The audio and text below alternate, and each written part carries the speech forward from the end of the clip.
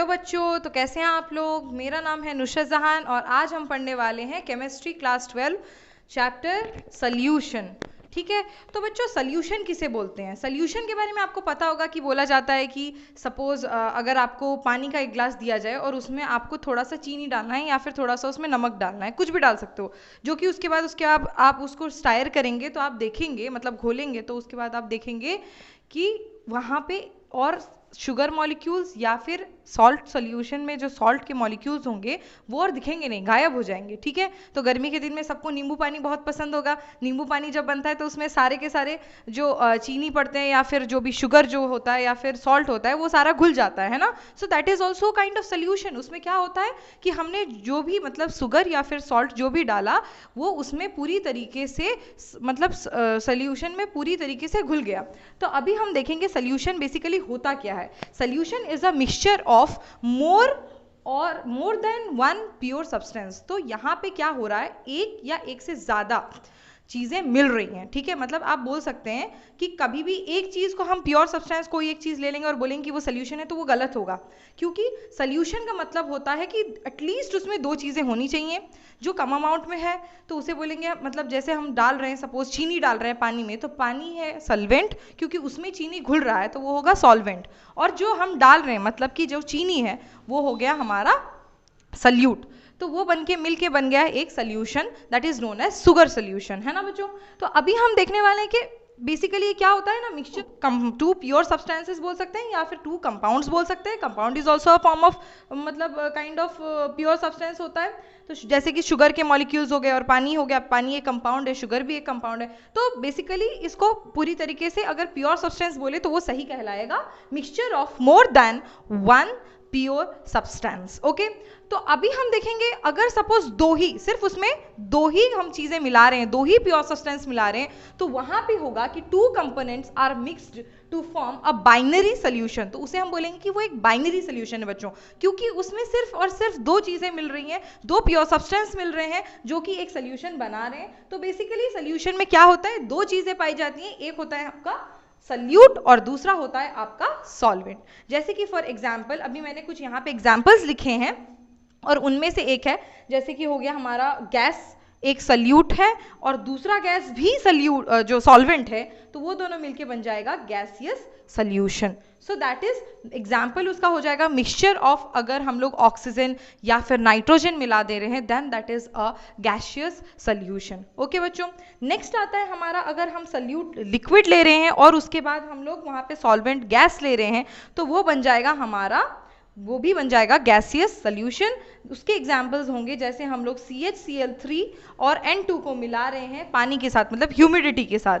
ठीक है, तो वो दिखता है हमारा, कभी कभी क्या होता है मिल जाता है, मतलब पानी के साथ मिल जाता है, ह्यूमिडिटी के साथ मिल जाता है कंपाउंड्स, तो उसको हम लोग बोलेंगे कि कुछ कुछ अगर सपोज लिक्विड में, मतलब जैसे ह्यूमिडिटी वो एक लिक्विड है, उसमें कोई भी काइंड ऑफ गैस मिल गया अगर, तो वो बन जाएगा हमारा गैसियस सॉल्यूशन, इस तरह का। उसके बाद अगर हम बोल सकते हैं कि सॉलिड के अंदर, मतलब सॉलिड जो है वो हमारा सल्यूट रहेगा, सॉलिड को हम डालेंगे, सॉलिड को हम डालेंगे किसके अंदर बच्चों, गैस के अंदर डालेंगे। सो बेसिकली वो भी कहलाएगा गैसियस सॉल्यूशन। देखिए तीनों में, मतलब तीनों जो गैसियस सॉल्यूशन में सारे के सारे सॉल्वेंट्स जो हैं वो सारे के सारे गैसेस हैं। ठीक है, तो इस तरह से आप याद रख सकते हैं कि जितने मतलब सॉल्वेंट पार्ट है उसमें अगर सारे गैस रहेंगे तो उसे हम गैसियस सॉल्यूशन बोलेंगे। फॉर एग्जांपल यहाँ पे जैसे देख सकते हैं आप लोग कि मिक्सचर ऑफ ऑक्सीजन और नाइट्रोजन, इसमें तो दोनों ही गैस मिला हुआ था, और जब लिक्विड मिला हुआ था गैस में तो उसे हम एग्जांपल ले सकते हैं CHCl3 प्लस N2 जो मिला हुआ था ह्यूमिडिटी के साथ। और जैसे कि मतलब हमारा यहाँ पे भी बोल सकते हैं कि नाइट्रोजन के साथ मिला हुआ है CHCl3, ये अलग एग्जाम्पल है, और ह्यूमिडिटी जैसे कि पानी हो गया वो एक अलग एग्जाम्पल है। सो नाउ सॉलिड को हम लोग अगर डाल देंगे गैस में, उसके एक एग्जाम्पल, वो भी गैसियस सॉल्यूशन ही कहलाएगा। उसका एग्जाम्पल है कि I2 वेपर इन एयर, मतलब आयोडीन जो वेपर फॉर्म में एयर के साथ मिला हुआ होता है, तो उस सॉल्यूशन को भी हम लोग गैसियस सॉल्यूशन बोलेंगे। लेकिन बच्चों आपको पता होगा कि I2 जो है, I2 is also a solid, I2 एक सॉलिड है, तो वो जब मिल जाता है गैस के साथ that is also a gaseous solution. तो अभी हम देखेंगे कि सपोज ये गैस जो है ये एक सल्यूट है और हम इसको डाल रहे हैं लिक्विड के मतलब सॉल्वेंट में, तो वो बन रहा है लिक्विड सॉल्यूशन।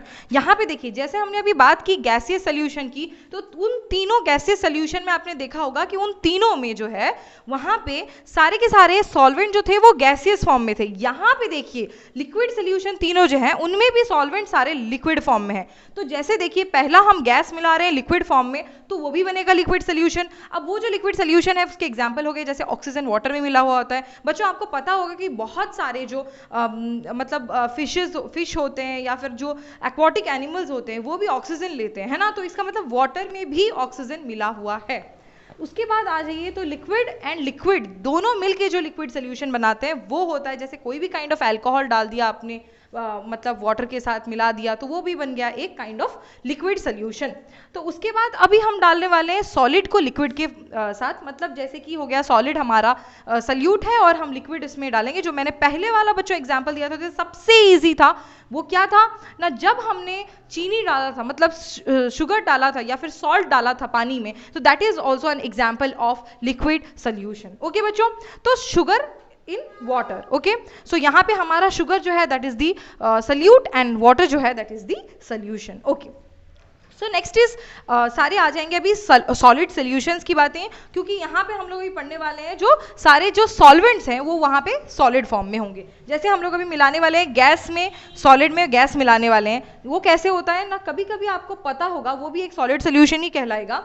आपको पता होगा हाइड्रोजन या पैलेडियम नाम के मतलब एलिमेंट के साथ वो मिल जाए तो उसे हम बोलेंगे कि वो है सॉलिड सॉल्यूशन। नेक्स्ट क्या होता है, लिक्विड को हम डालते हैं सॉलिड में, तो लिक्विड को जब हम सॉलिड में डालते हैं that is also known as हमारा सॉलिड सॉल्यूशन, तो उसे हम बोलेंगे amalgam of mercury with sodium. मतलब अगर सपोज मतलब अमेलगम किसे बोलते हैं, मर्क्यूरी का अमेलगम, मतलब अगर हम लोग मर्क्यूरी को किसी भी मेटल के साथ डालें तो वो जो फॉर्म होगा that is known as amalgam of mercury. उसको हम डाल रहे हैं किसके साथ, सोडियम के साथ मिला रहे हैं, that is a form of liquid in solid. तो बेसिकली मर्क्यूरी यहाँ पे किस फॉर्म में है, लिक्विड फॉर्म में है, अमेलगम मतलब लिक्विड फॉर्म में है, और उसको हम डाल रहे हैं किसमें, मतलब सोडियम के साथ मिला रहे हैं जो कि एक मेटल है, तो उसे हम बोलेंगे सॉलिड सॉल्यूशन। नेक्स्ट आएगा फिर से सॉलिड मिलाएंगे, मतलब सॉलिड में सॉलिड मिलाएंगे। जैसे आपको पता होगा कि बहुत सारा मतलब ब्रास जैसे होता है या फिर एलॉयज बनते हैं, एलॉयज मतलब जैसे कि आप लोग मेटल्स नॉन मेटल्स को मिला के एक फॉर्म करते हैं, तो वो दोनों बेसिकली सॉलिड फॉर्म में होते हैं, तो वो भी एक सॉलिड सॉल्यूशन ही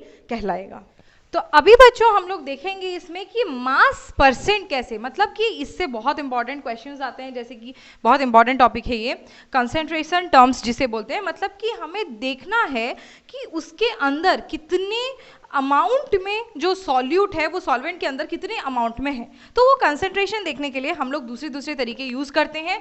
सो फर्स्ट हमारा जो सबसे इजी होता है that is known as mass percentage. तो मास परसेंटेज कैसे निकलता है बच्चों ना, आपको पता है कि मास परसेंट जो होता है, परसेंटेज जो होता है, परसेंटेज कैसे निकलता है ना, amount of substance, amount of चीज जितना है डिवाइडेड बाय टोटल कितना है इनटू 100, है ना। सो यहाँ पे भी वही टेक्निक हम यूज करने वाले हैं बच्चों।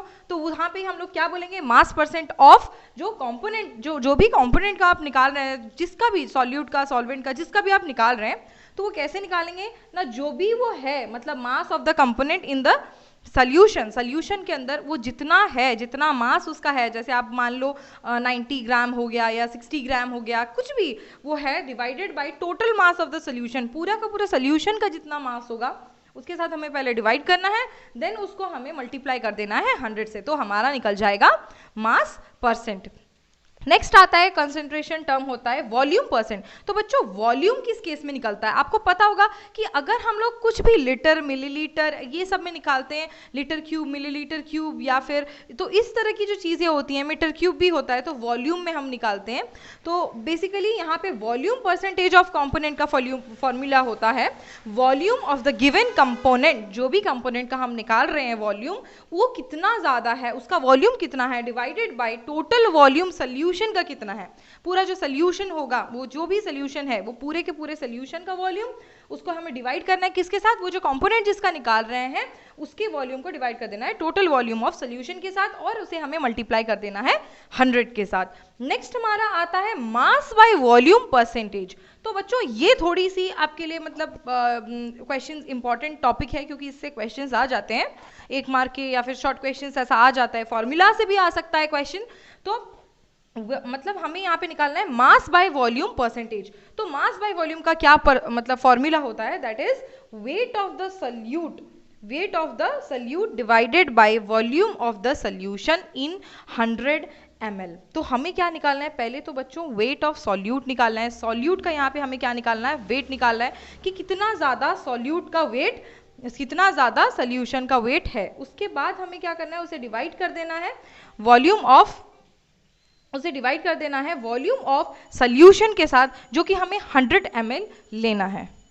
तो बच्चों अभी हम देखने वाले हैं कि मोल फ्रैक्शन कैसे निकालते हैं। तो मोल फ्रैक्शन कैसे निकाला जाता है, मोल फ्रैक्शन का फॉर्मूला होता है number of moles of the component. आपको पता होगा कितना, वहां पे क्वेश्चन में दिया भी होगा कि 2 moles of component, 3 moles of component, तो कितना number of moles of component है divided by total number of moles of all the component. Total जितने भी कंपोनेंट हैं उन सबके नंबर ऑफ मोल्स हम ऐड कर देंगे और उसे हमें डिवाइड कर देना है किसके साथ बच्चों, ना जिस कंपोनेंट का भी हम लोग मोल फ्रैक्शन निकालना चाहते हैं। ठीक है, तो वो इजी फॉर्मूला है, आप लोग याद भी रख सकते हैं, number of moles of component divided by total number of moles of all the components. Next in binary solution, बच्चों बाइनरी सोल्यूशन मैंने तो स्टार्टिंग में ही चैप्टर के बता दिया अभी कि बाइनरी सोल्यूशन में सिर्फ और सिर्फ 2 ही कंपोनेंट्स मिलते हैं, 2 ही प्योर सब्सटेंस मिलते हैं। तो यहाँ पे हम लोग देखेंगे कि यहाँ पे जैसे अभी हम लोग मोल फ्रैक्शन ऑफ ए निकालना चाह रहे हैं ए का, तो वहाँ पे अगर मोल फ्रैक्शन ऑफ ए निकालेंगे तो n A divided by n A plus n B. तो 2 फ्रैक्शंस मतलब जो भी चीज हम निकाल रहे हैं, जिस भी कंपोनेंट का हम मोल फ्रैक्शन निकाल रहे हैं उसका number of moles divided by दोनों कंपोनेंट्स का number of moles.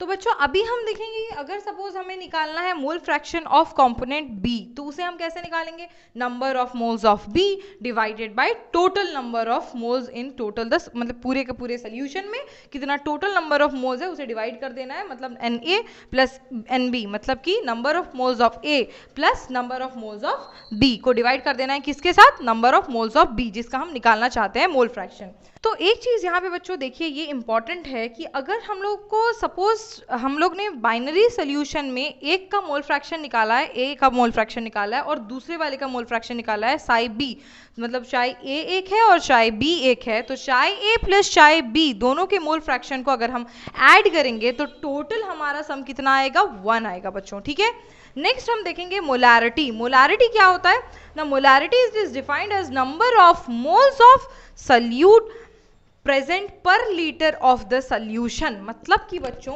1 litre solution में कितना number of moles of solute present है, that is the formula for molarity. तो molarity is equals to number of moles of solute divided by volume of the solution in litres. तो unit इसका क्या होता है, M होता है। तो अभी हम देखने वाले हैं मोलैलिटी। मोलैलिटी क्या होता है, ये भी एक इंपॉर्टेंट टॉपिक है। It is defined as number of moles of solute dissolved per kg of solvent. मतलब 1 केजी सॉल्वेंट में कितना number of moles of solute dissolved है, तो उसका फॉर्मूला होता है number of moles of solute divided by mass of the solvent in kg. Its unit is molal. क्या बोलते हैं, मोलाल, और मोलारिटी का था मोलर, और यहाँ पे है मोलाल। तो पार्ट्स पर मिलियन ppm, ये भी एक इंपॉर्टेंट है। तो उसमें क्या होता है, the concentration term is used when the solute is present in minute quantity. ये कब यूज होता है, जब बहुत कम क्वांटिटी में, बहुत ही ज़्यादा कम क्वांटिटी में बच्चों जब वो यूज होगा आपका सॉल्यूट, तो तब उसको बोला जाएगा पार्ट्स पर मिलियन कॉन्सेंट्रेशन। तो यहाँ पे हम उसे कैसे निकाल सकते हैं, number of parts of component divided by total number of parts of all the component into 10 to the power 6, क्योंकि पार्ट्स पर मिलियन है, मिलियन मतलब 10 to the power 6। तो number of parts of the component divided by total number of parts of all the component whole into 10 to the power 6। तो अगर आपको मेरा video अच्छा लगा तो आप लाइक, शेयर और सब्सक्राइब ज़रूर करें। थैंक यू और आगे मिलते हैं नेक्स्ट पार्ट में।